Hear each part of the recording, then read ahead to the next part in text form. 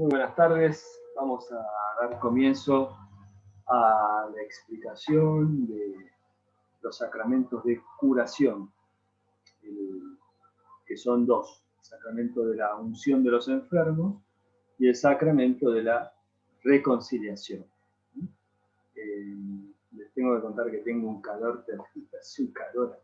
Bueno, vamos a empezar. Les voy a compartir una presentación como para guiar la charla. Vamos a poner acá. Entonces, recuerden que habíamos organizado los 7 sacramentos en 3 grupos, ¿no? Los de iniciación, los de servicio, y ahora nos toca los últimos, esto que he mencionado como los sacramentos de sanación. O sea, son sacramentos que vienen a reconfortar nuestra alma y también nuestro cuerpo.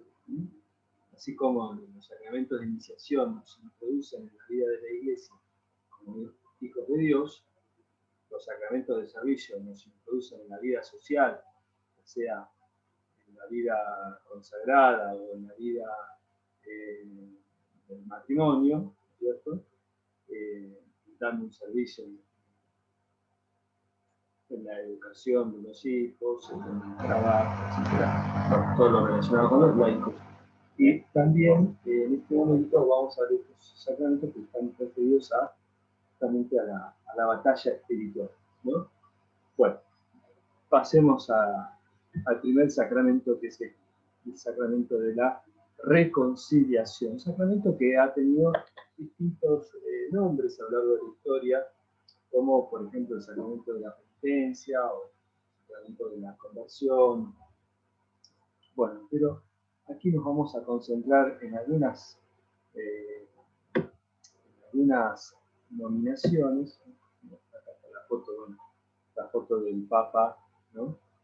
Papa Francisco, que se va a confesar, ¿no? Bueno. Sabemos que el sacramento de la reconciliación está relacionado con el perdón de los pecados.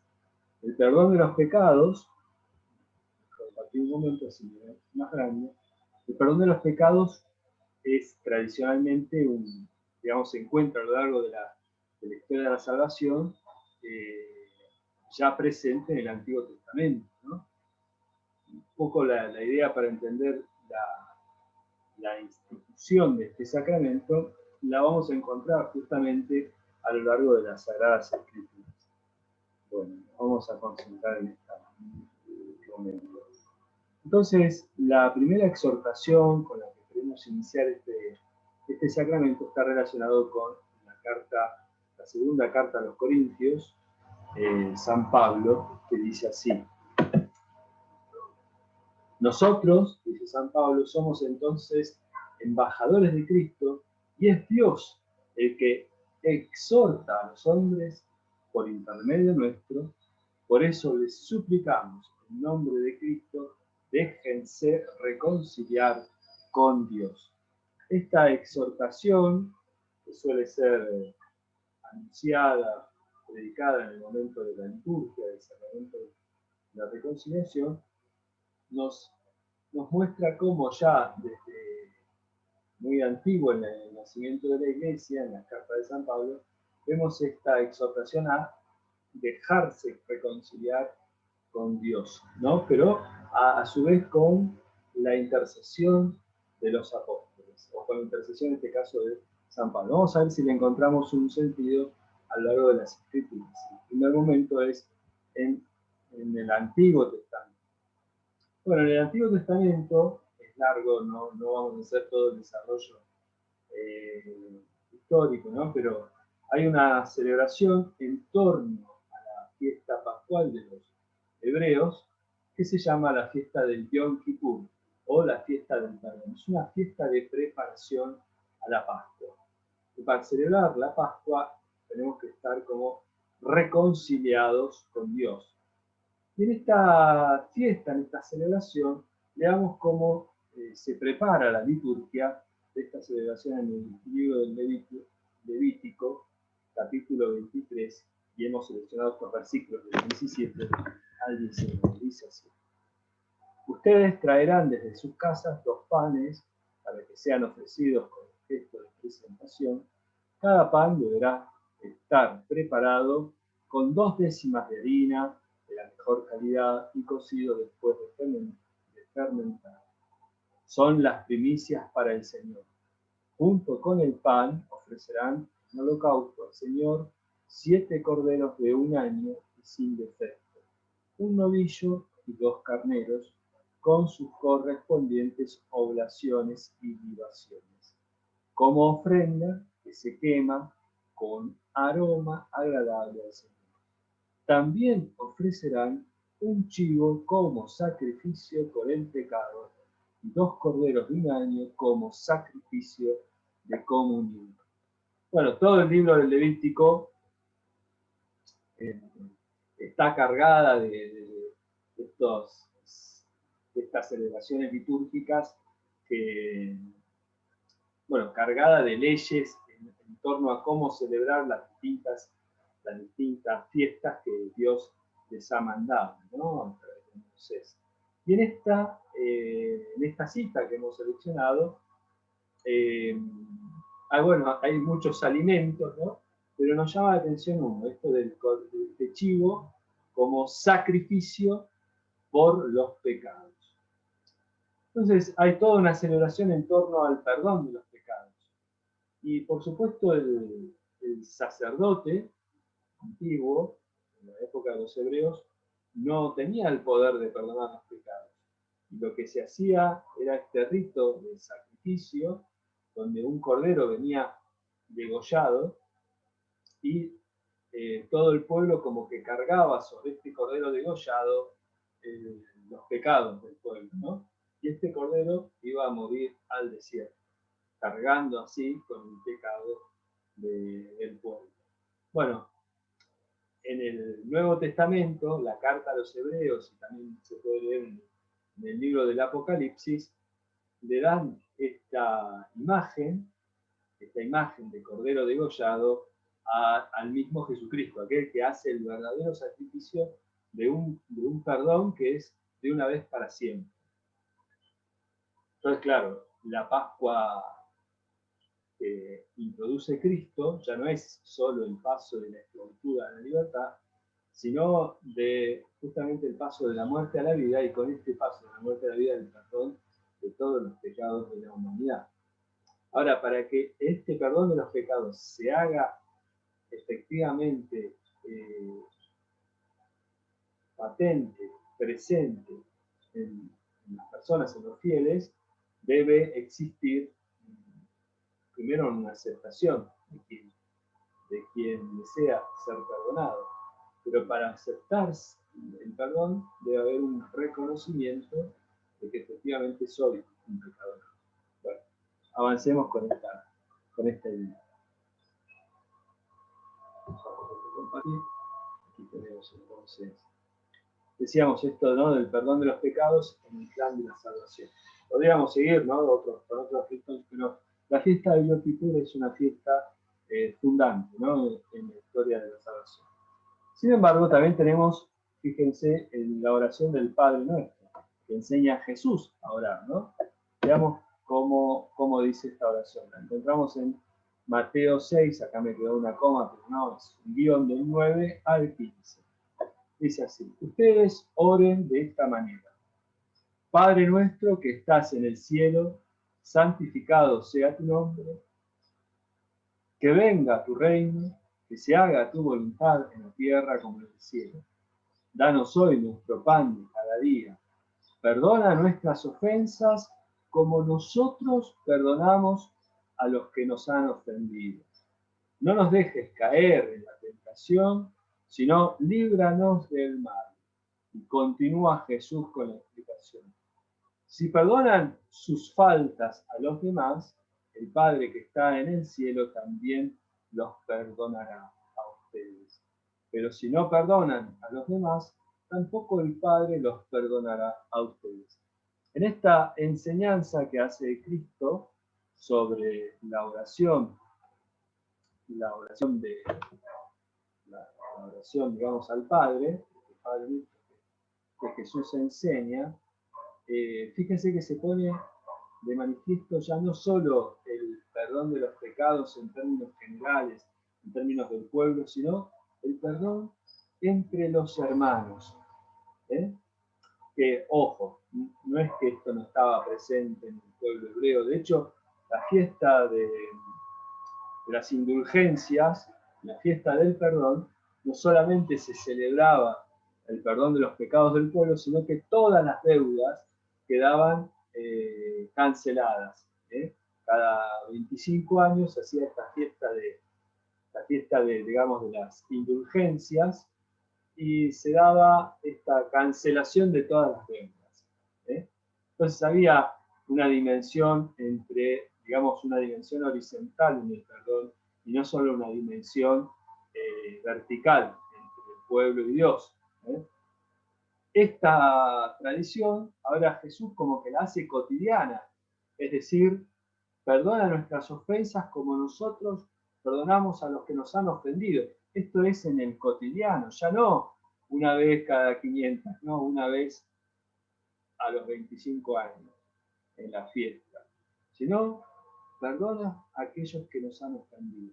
Podríamos también relacionarlo con estos 3 capítulos que son de Mateo 5 al Mateo 5, Mateo, capítulo 5, capítulo 6, capítulo 7, donde encontramos esto de aquel que te pega en una mejilla, ofrécele también la otra.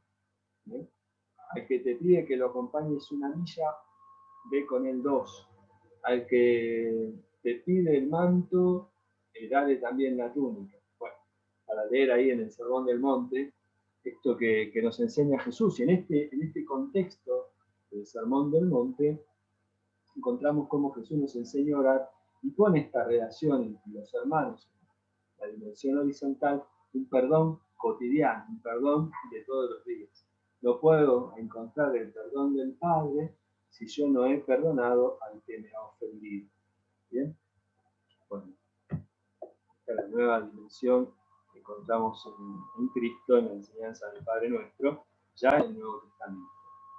Ahora bien, conjugan, podemos decir, entre el Antiguo Testamento y el Nuevo Testamento,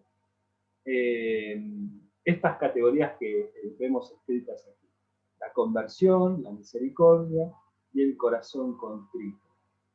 Bueno, trataremos de profundizar un poquitito en este sentido. Fíjense que la misericordia, esto es, por ejemplo, dice el profeta Isaías, no han escuchado que yo no me gozo de los sacrificios, sino de un corazón contrito y humillado. Bueno, este sacrificio de expiación, este sacrificio del perdón de los pecados, alcanza su plenitud en la persona de Cristo, que, como decíamos un poquito antes, es Él el verdadero Cordero, quien perdona.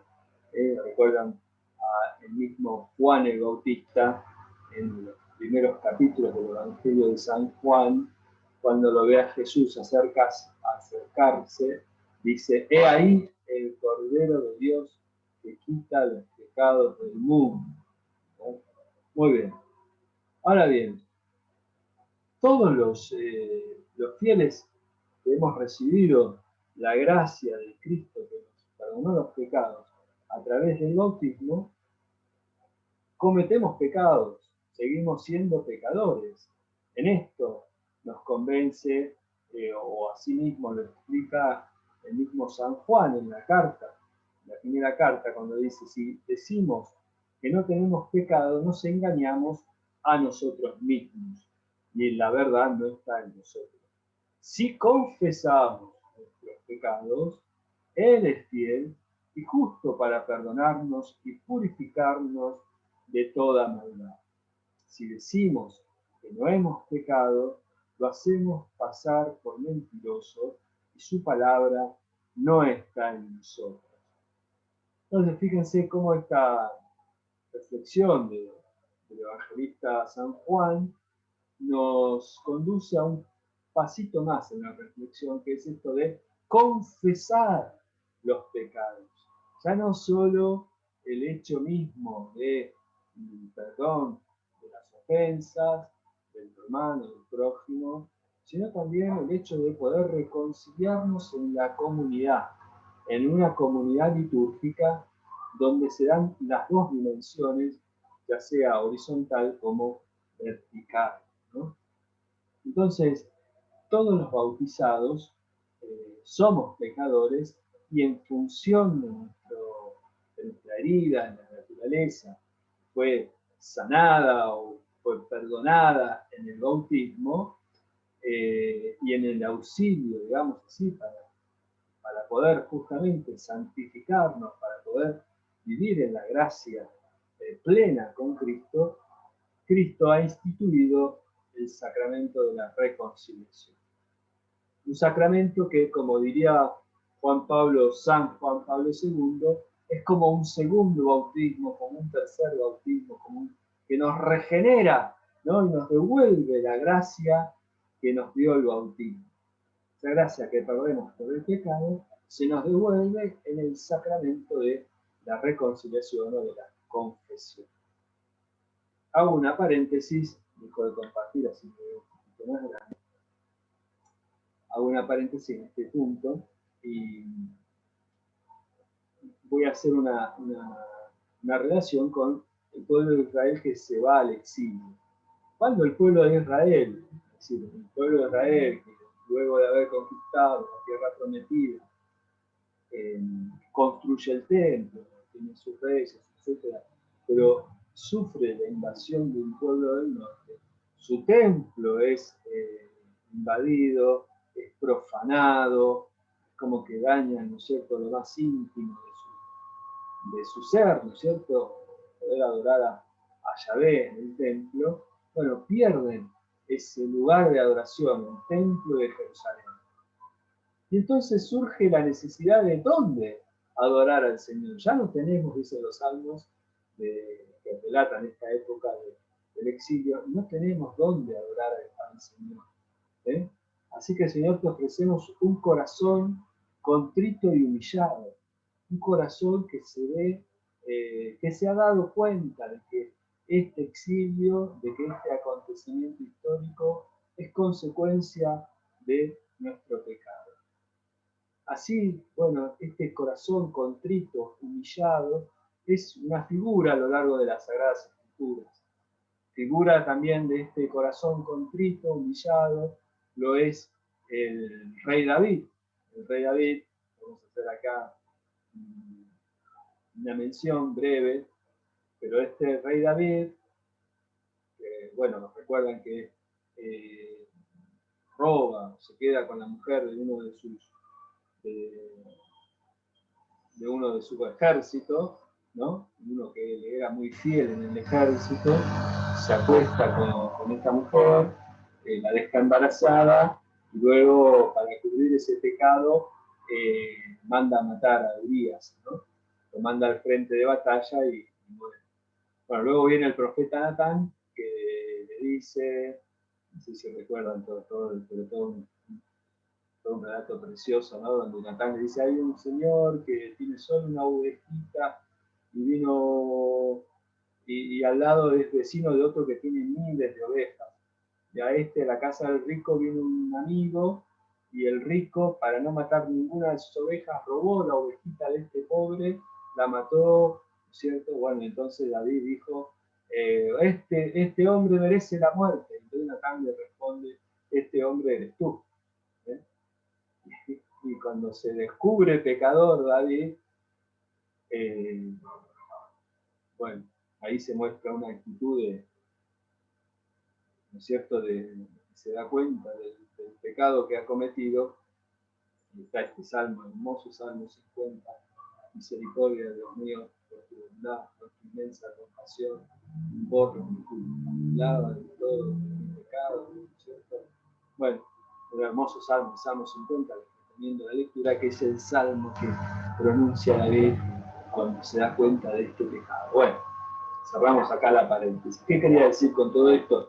Que la imagen del corazón contrito nos demuestra en las Sagradas Escrituras este hecho de quiénes son los verdaderos adoradores.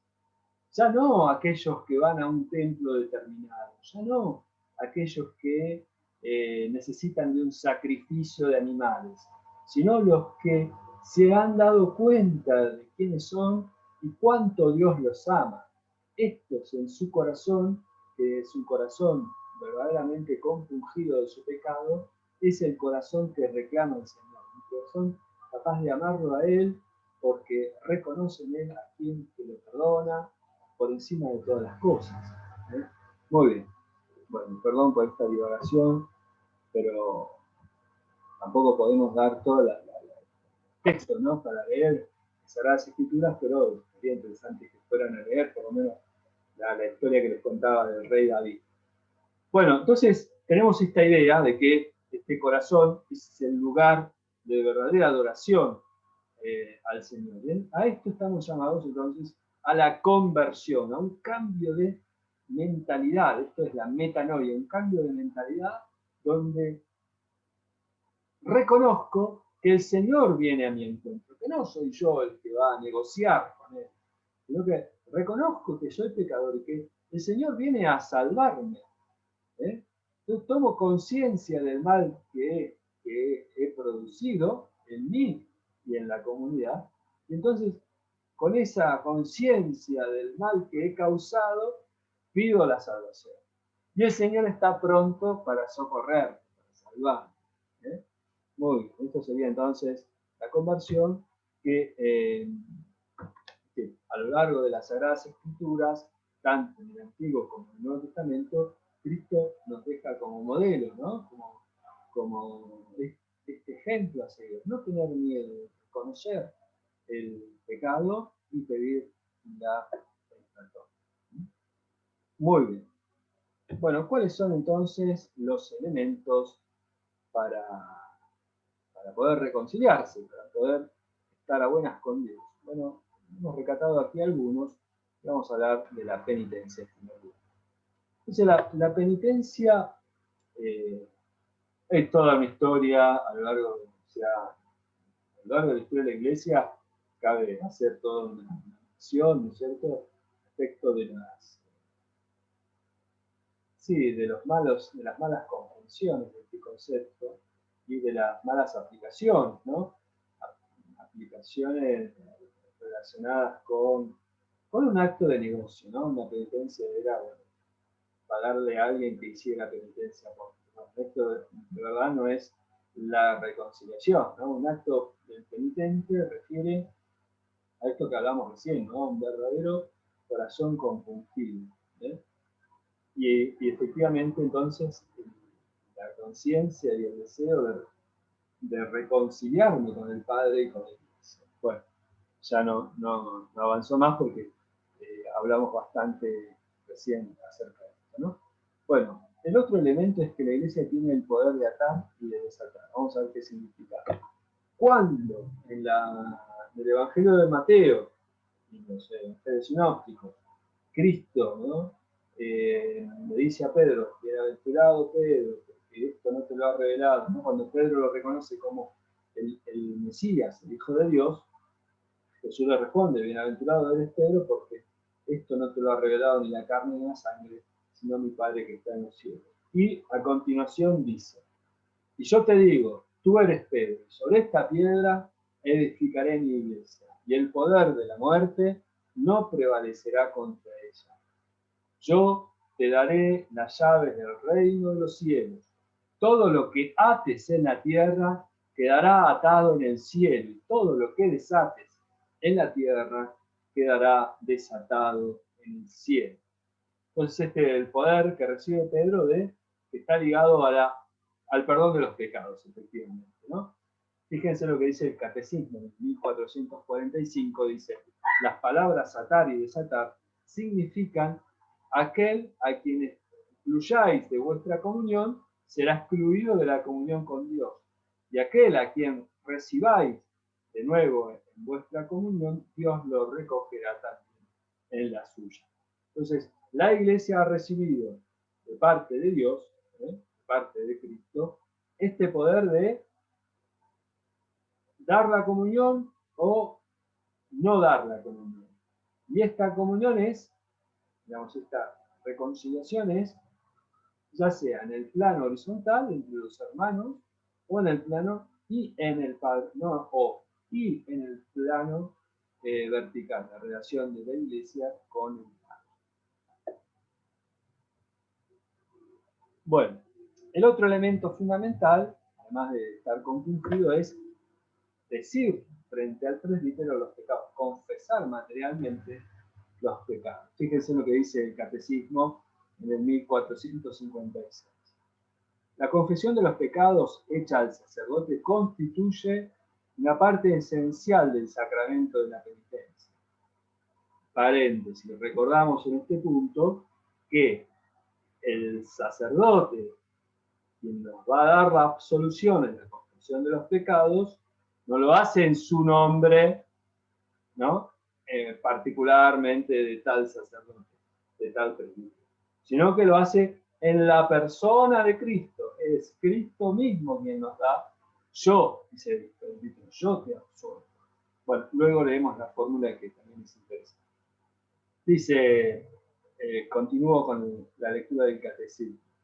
En la confesión, los penitentes deben enumerar todos los pecados mortales de que tienen conciencia tras haberse examinado seriamente, incluso si estos pecados son muy secretos y si han sido cometidos solamente contra los dos últimos mandamientos del decálogo, pues a veces estos pecados hieren más gravemente el alma y son más peligrosos que los que han sido cometidos a la vista de todos.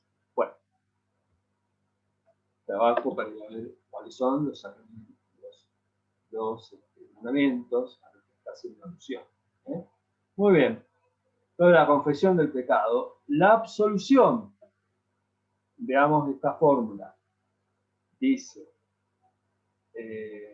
con la mano impuesta sobre el penitente que ha confesado, que ha tenido un corazón contrito, que ha tenido conciencia, que ha ido a confesar los pecados, sobre este penitente, con la mano sobre la cabeza, en posición de las manos, dice el presbítero: Dios Padre misericordioso, que reconcilió consigo al mundo por la muerte y la resurrección de su Hijo, y derramó el Espíritu Santo para la remisión de los pecados, te conceda por el ministerio de la Iglesia el perdón y la paz. Y yo te absuelvo de tus pecados en el nombre del Padre, y del Hijo y del Espíritu Santo. Esta palabra, esta fórmula, yo te absuelvo de tus pecados, no es el presbítero esa persona que te va a absolver de los pecados, sino el mismo Cristo que dice esas palabras. Es el mismo Jesús que en la persona del presbítero, como por eso el presbítero en la persona de Cristo, te absuelve de los pecados. Entonces, esta absolución es como que tu pecado nunca existió, borrado. Te devuelve la gracia que te recibiste con el sacramento del bautismo. Y para esto les traigo aquí la cita de San Agustín, que dice así, tan hermosa, ¿no? Quien confiesa y se acusa de sus pecados, hace las paces con Dios. Dios reprueba tus pecados. Si tú haces lo mismo, te unes a Dios. Hombre y pecador son dos cosas distintas. Cuando oyes hombre, oyes lo que hizo Dios. Cuando oyes pecador, oyes lo que el mismo hombre hizo. Deshaz lo que hiciste para que Dios salve lo que hizo. Es preciso que aborrezcas tu obra y que ames en ti la obra de Dios. Cuando empiezas a detestar lo que hiciste, entonces empiezan tus buenas obras, porque repruebas las tuyas malas. Practica la verdad y viene a la luz. Esto lo dice San Agustín en el Tratado sobre el el Evangelio de San Juan. ¿Eh? Bueno, hermoso, hermoso. Entonces, ¿cómo explica San Agustín la gracia, ¿no? Esto de volver a reflejar la imagen que Dios ha dejado en nosotros cuando nos creó personalmente. ¿Eh? Y que aquello que opacan esta imagen es justamente lo que hemos hecho, que es nuestro pecado. ¿Eh? Bueno, para poder deshacer nuestro pecado tenemos la posibilidad de la reconciliación. ¿Eh? Muy bien. Bueno, vamos a ver ya entonces lo más importante sobre el sacramento de la reconciliación, y queda para ustedes profundizar los siguientes elementos. Preparar un apunte sobre el significado de las indulgencias plenarias, muy interesante este apartado, que todo está en el catecismo, ¿no? Distingue entre pecados veniales y pecados mortales, y sintéticamente estas preguntas que son elementales, ¿no? ¿Quién es el ministro del sacramento? ¿Quién puede recibir el sacramento? ¿Y cuáles son los efectos del sacramento? Todo esto lo pueden hacer tranquilamente con el catecismo. Yo les dejo esta guía, y en esta guía van a poder hacer clic allí donde decía los números del catecismo y los lleva al catecismo, a esa parte del catecismo que necesitan. Bueno, pasamos ahora al sacramento de la unción de los enfermos. Vamos a hacerlo muy breve. Aquí, ¿vieron? En el sacramento de la reconciliación también tenían como un link. Ustedes hacen clic ahí y les va a abrir una ventana que los lleva al lugar que está haciendo mención. Bueno, la unción de los enfermos. Por supuesto, la unción está ligado al aceite, al óleo. Está ligado a la persona del Espíritu Santo, ¿no? Bueno, aquí perdón.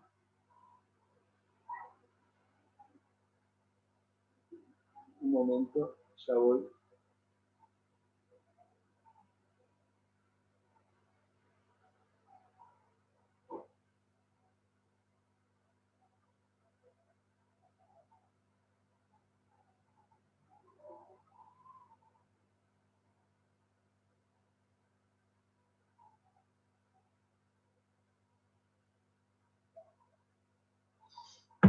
Bueno, perdón, me había llegado un mensaje que tenía que responder.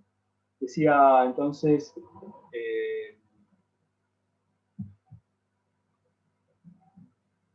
la unción. Perdón, me tilde un poquito. La unción con el óleo, ¿no? Bueno, fíjense lo que dice la Carta de Santiago, ¿no? Cómo esta es una práctica antiquísima de la Iglesia, muy interesante, ¿no? Porque la Carta de Santiago tal vez haya sido escrita en el año 80, si no me equivoco, 70, 80, después de que, bueno, digamos, dice, si está enfermo, que llame a los presbíteros de la Iglesia, para que oren por él, y lo unjan con el óleo en el nombre del Señor. La oración que nace de la fe salvará al enfermo, el Señor lo aliviará, y si tuviera pecados, le serán perdonados. Entonces, la unción, este sacramento, vemos la tradición de los primeros cristianos que ya tenían el mandato de Cristo de ir a curar a los enfermos, ¿no? Lo podemos leer en los evangelios, cuando van de dos en dos, ¿no? Y expulsan a los demonios, curan a los enfermos. Jesús mismo, ¿no? A lo largo de su vida va curando a los enfermos. Muchos van a visitarlo para ser curados de sus dolencias. Bueno, con Cristo nos viene un significado nuevo respecto del sufrimiento que nos da la enfermedad. En Cristo, este sufrimiento responde un misterio inmenso, ¿no? Que el primero es el de la participación en la cruz de Cristo. Dice el catecismo: Cristo invita a sus discípulos a seguirlo, tomando a su vez su cruz. Siguiéndole, adquieren una nueva visión sobre la enfermedad y sobre los enfermos. Jesús los asocia a su vida, pobre y humilde, les hace participar de su misterio de compasión y de curación. Y yéndose de allí, predicaron que se convirtieran, expulsaban muchos demonios, ungían con aceite a muchos enfermos y los curaban. Y en otro evangelio, en el evangelio de Mateo, leemos: estuve enfermo y me visitasteis, por ejemplo, ¿no? El capítulo 25 de Mateo, que el Papa Francisco lo ha citado muchas veces como la carta de qué tenés que hacer, si querés saber qué tenés que hacer. Cuando se acuerdan donde el Papa Francisco decía, hagan lío, bueno, para hacer lío hay que ir a leer el capítulo 25 de Mateo. Bueno, decíamos, la participación del enfermo con sus sufrimientos participa con Cristo, redime con Cristo en la actualidad. Fíjense lo que dice San Pablo. San Pablo, vamos a leer el catecismo y también la cita de San Pablo que está allí. El Espíritu Santo da a algunos un carisma especial de curación para manifestar la fuerza de la gracia de los resucitados. Sin embargo, ni siquiera las oraciones más fervorosas obtienen la curación de todas las enfermedades. Así San Pablo aprende del Señor que mi gracia te basta, que mi fuerza se muestra perfecta en la flaqueza, y que los sufrimientos que tengo que padecer tienen como sentido lo siguiente: completo en mi carne lo que falta a las tribulaciones de Cristo, en favor de su cuerpo, que es la Iglesia. Entonces, el enfermo completa los sufrimientos de Cristo para continuar con la obra salvadora en el presente. Cristo y la Iglesia, recuerdan, están unidos de una forma mística, porque la Iglesia es el cuerpo místico donde Él es la cabeza. Por lo tanto, la redención de los hombres sigue siendo actual, y una de esas formas de redimir a los seres, a las personas, es a través de la enfermedad, del sufrimiento. No como una fuerza masoquista, ¿no es cierto?, de yo soporto. No, sino en el sacramento que nos hace unidos a Él, que nos une a su gracia. Bueno, esto es como lo fundamental de este sacramento, y vamos a ver cómo se hace este sacramento, que lo explica este ordo, que se llama Sacram Untionem Infirmorum, es decir, la Sagrada Unción, ¿no? Que también lo podemos encontrar en el Código de Derecho Canónico, en el Canon 847. Dice así: el sacramento de la unción de los enfermos se administra a los gravemente enfermos, ungiéndolos en la frente y en las manos con aceite de oliva debidamente bendecido, o debidamente bendecido por el obispo, ¿no? O según las circunstancias, con otro aceite de planta, y pronunciando una sola vez estas palabras: por esta santa unción y por su bondadosa misericordia, te ayude el Señor con la gracia del Espíritu Santo, para que, libre de tus pecados, te conceda la salvación y te conforte en tu enfermedad. Bueno, este sacramento puede aliviar el dolor físico, incluso ha habido milagros de curaciones respecto a materiales, ¿no?, de algunos enfermos, pero no siempre se da esto. ¿Y entonces qué otra cosa nos da? Nos da la gracia de decir: sí, Señor, quiero participar con vos en la redención de los hombres. Sí, Señor, quiero unirme a vos, a tus dolores en la cruz. Quiero ser uno con vos, quiero sufrir con vos por amor a los hombres, como aquel Jesús que, clavado en la cruz, muerto de dolor, decía: Padre, no le tengas en cuenta este pecado. Y así los enfermos, con su dolor, se hacen uno con Cristo de una manera particularísima, como los mártires, como aquellos que confesaron su fe públicamente y por ese motivo fueron condenados a muerte. Bueno, participan con Cristo de una forma íntima, muy presente, muy palpable. Así que Ya saben, cada vez que tengan una enfermedad, acudan a este sacramento, para que la gracia del Señor ayude a salvar las almas del deseo. Bueno, y por último, los invito a las preguntitas que ustedes van a saber responder. Van a ver que es muy breve este sacramento en el catecismo, es muy breve. Y entonces los invito a responder quién es el ministro del sacramento, cuáles son los elementos primordiales del sacramento de unción de los enfermos, y menciona los efectos de este sacramento. Los estoy leyendo en las consultas, dejaremos ahí un foro. Y bueno, nos vemos definitivamente el próximo viernes en el Colaborate, un tema alucinante que es el tema de la escatología, el tema de la educación. Muy bien, nos vemos.